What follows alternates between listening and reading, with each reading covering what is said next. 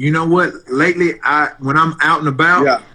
I could I could be like going through the airport, or I could be shopping, I could be out and about, and I see couples, or I'm on Instagram and I'm Yeah. just strolling and I see these couples that are together, man.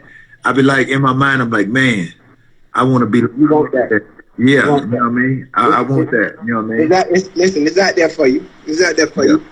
It's out there. Sometimes you got to be a little aggressive too. You can shoot Yeah. your shot. I didn't see you in the gym. Sometimes you got to shoot your shot. Oh, You nigga, you know that. Yeah, you got it. Yeah. I mean, Steph Curry range too. yeah. Oh, you right. Sometimes, You hey, know what? you know what? She might have a man. Sometimes she might have a man, but don't let another dude stop you from finding your wife. Don't do that. Because listen, every time there's a soccer game, there's always a goalkeeper, but that don't mean you can't score. Boy, you said something, boy. Metaphorically, boy. You said, boy, metaphorically, boy. You said something, boy. Listen to me. Hey, boy, hey, you and Shay, man, y'all educating yourselves, boy. Y'all getting deep on the boy. Listen, let me talk to you now. Oh, it's done got serious right here. I'm gonna take you where you want to go. Okay, I'm right here now. Let me go for the ride. Take me for the ride. Take me for the ride, boy. Hey, Yeah. I'm in the passenger seat. Hey, And once you finish, I'm gonna see what kind of stars. I'm gonna see if I'm gonna give you 5 stars. Let me see if I'm gonna submit a good rating. Yes, sir. It's one thing about riding with me. I ain't the driver because Jesus got this wheel. That's how I know. Boy, you said something one more time, boy. Hey, boy, you said something one more again, boy. Boy, you said something one more again. Hey, go on there. Let me hush there. Let me hear what you got to say. Because you're not only just educating me, because guess what? There's somebody else on the other side of this video. Yeah. They need this message too. It's not just me. So we all are going to be recipients of this word. So I'm finna just sit back and put my seatbelt on and let you go to work. Today is not even Sunday, so I ain't gonna preach too much. I didn't threw out 2 little jams. I'm gonna just leave it at that. Okay. I'm gonna leave it I at that. like that. I like the one you said, boy. Hey, there's always a goalkeeper, but that don't mean you can't score. Hey, you know what? It's a couple people I got my eyes on too. It's one that I've had my eyes on for a couple years. Talk to me now. They won't follow me back, man. You know they got the new feature on the gram now. They gotta like follow you in order to see the message and stuff like that. Right. So but I'm still remaining hopeful. And I also, like I said, I've been seeing a date. I've had a couple of dates, a few dates. Okay. And to your point, she did have a goalkeeper, but guess what? He fumbled the ball. That goalkeeper. You scored, huh? You scored. No, I didn't score, but I'm in the game. Like you in the penalty box. That's all that matters. I was in the penalty box, but now I'm on the I'm in the field of play.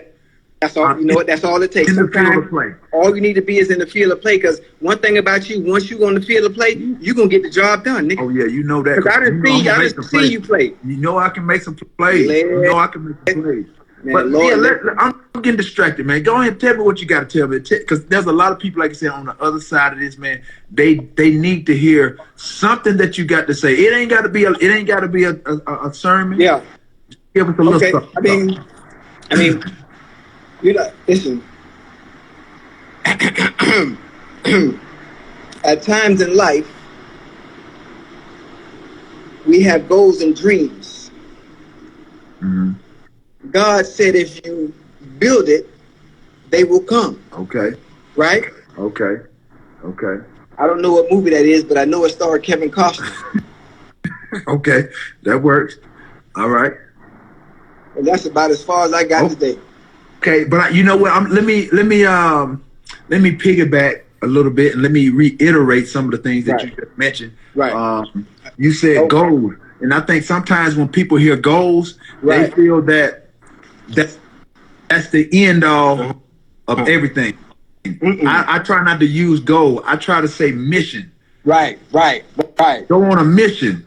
Because if you're going on a mission, like you're going to continue to strive to achieve something. Right. If you say goal, that means you're going to strive to get that, and then that's it.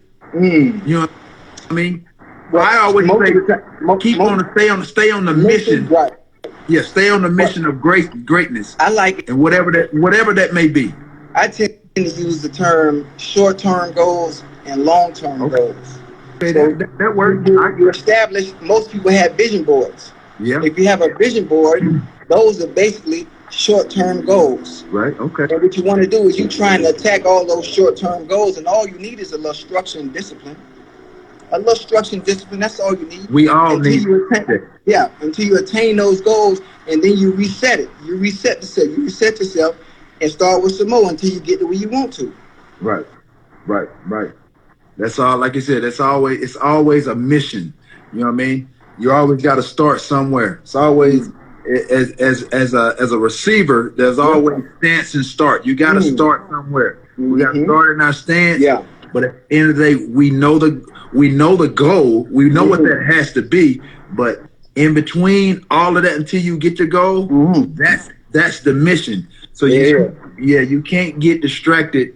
You know, trying to do other things because you're so focused on that goal. You got to keep the mission and the prize at hand. Yeah, I call it focusing on your plate. Because so many times we ain't focused on our plate. We always focus on everybody else plate and what they eating. And you focus on the other plate, and your plate ain't full because you always locked in on somebody else's shit. And you wonder why you're starving. You're starving because you're on everybody else's plate but your own. But your own. Yeah. You got to Sherelle thinks she's slick. She in here. She done slid in here. What's up? She ain't even say nothing. Hey, what's up? Well, she may not say nothing, but I'm gonna say now. What's up, Sherelle? How are you? What's going on, Miss Ochocinco? What it do? Hey, man, I can't wait to this wedding, man. I can't wait to walk down this aisle, man. Yeah. Listen, walk. I told you I'm coming in on the white horse. Hey, it's gonna be the greatest interest of all time. Hey, white horse. I missed the last one, but I ain't gonna miss this one, and this is gonna be the one. Oh yeah. Hey, baby. This is gonna be the one. Yeah. This is gonna be the one. Man, you over there sweating bullets, man. Yeah, I got the beanie on, and I'm in the sun.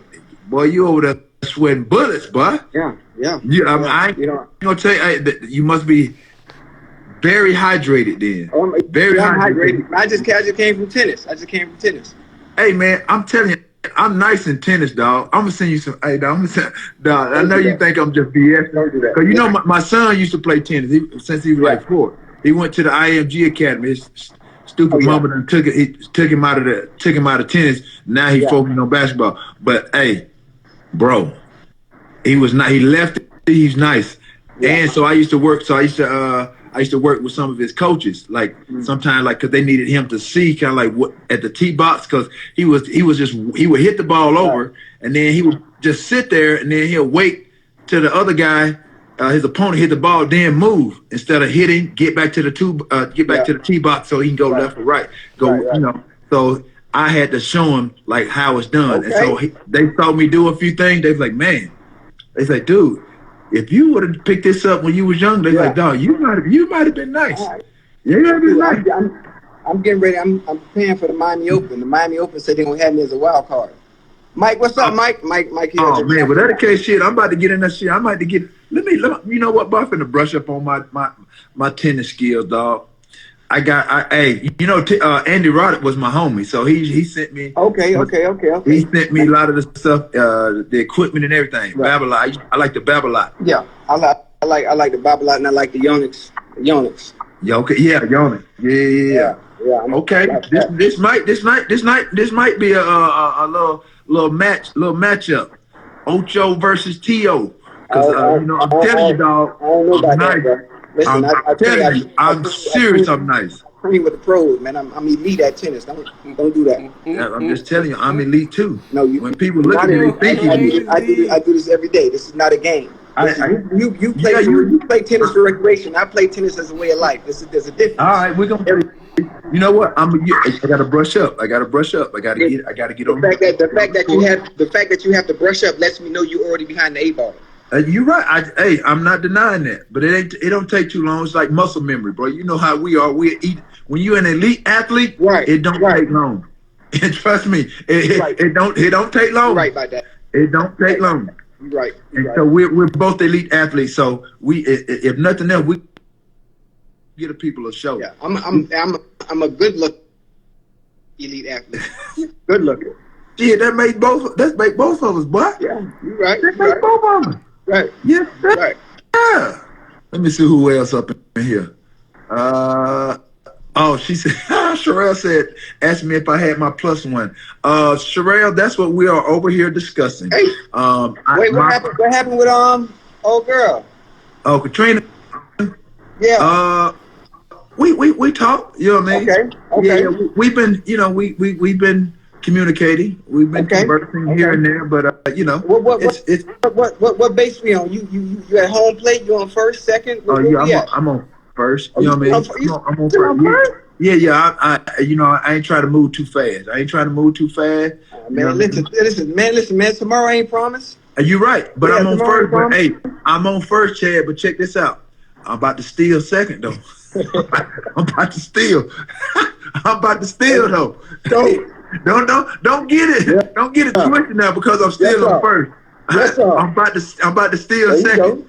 There you go. I mean? Listen, cause last time I checked, before you buy a car, before you invest in it, sometimes you got to test drive. Boy, that's what my grandma told me. My grandma told me that. Say it again. Say it again. Yes, before you buy your car, you got to test drive. I want to make sure it's working right. I want to make sure the alignment is okay. I want to make sure when I turn left, it turn left. I want to make sure the blinkers work. Right. I want the wipers to be able to go back and forth. Stay with me now. Right. You got to make sure that power steering is in there. You know what I mean? Man. Stay with me now. I want to when I hit that bitch in reverse, I want to turn the radio down and make sure the goddamn rear view camera work. Okay. Okay. Yeah. You doing all the diagnostics on that thing. Man, listen, I'm checking every motherfucking box, bitch.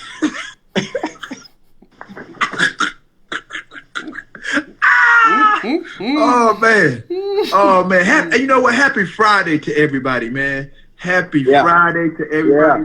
If you woke up this morning, man, you should be thankful, grateful, and blessed. Yes, sir. Somebody didn't wake up today, and we did. Whatever. Hey, man. So, man, give yourself, man, thanks and praise. Because, man, somebody didn't wake up today, and we did. You didn't see Mike. And when you buy the car, you got to make sure you maintain that motherfucker, too. Oh, yeah. You got to make sure every 3,000 miles that thing is in. That bitch need to tune up. Yes, boy. Sir. Hey, Mike, that's a good one, Mike. My bad, I didn't talk over you. What Mike said, make sure you maintain it after you buy it. Yeah. What's up, Mike? Hey, Mike, you know what I mean?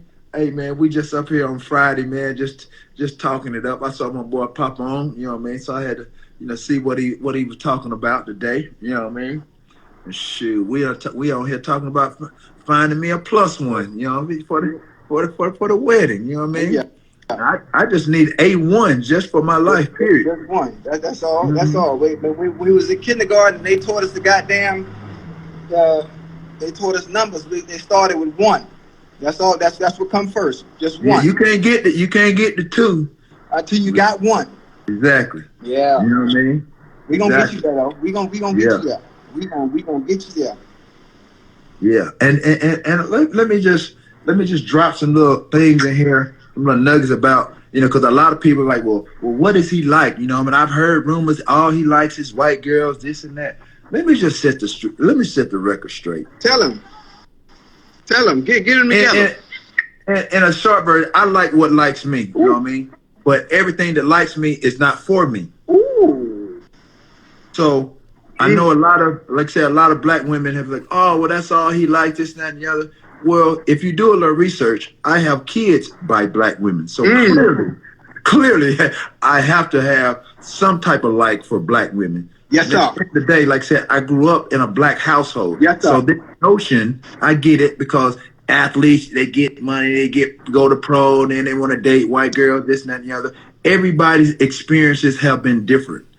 For me, when I grew up, I was in my high school pretty much it's 50. I don't know what percentage black, white, but I lived in a black neighborhood. So at the end of the day, I attempted to date black girls. When I was younger, I wasn't as handsome as I am now. I didn't have this beautiful smile as I had have now. You hit puberty. Right. I was a late bloomer. Yeah. And when I bloomed, boy, did I bloom. Yes, sir. So let me finish my story. So when I started dating white girls, my first experience with white girls is when I went to college. I tried to date some black girls when I was in college. They did not like me. I was skinny. I was strong. Right. I was teased from high school, even to college. I got teased for being dark skinned. Damn, so they tease you, cuz? Yeah. So there was a lot of self-esteem issues. Right. No, I'm being dead honest. So when I got my opportunity, when my first experience with a white girl, I'm like, okay, it wasn't bad, but that wasn't. I just totally gravitated to white girls after that. Right. That wasn't the situation. So again, my experiences with black women growing up wasn't so good. So, but that still didn't deter me from still dating or pursuing black girls. Right. So my thing now is because I know there's the stigma, the stereotypical of athletes, to go off and make money, this and that, and date the opposite color, opposite race. But for me now, where I am, it's not even about color. It's not even about race.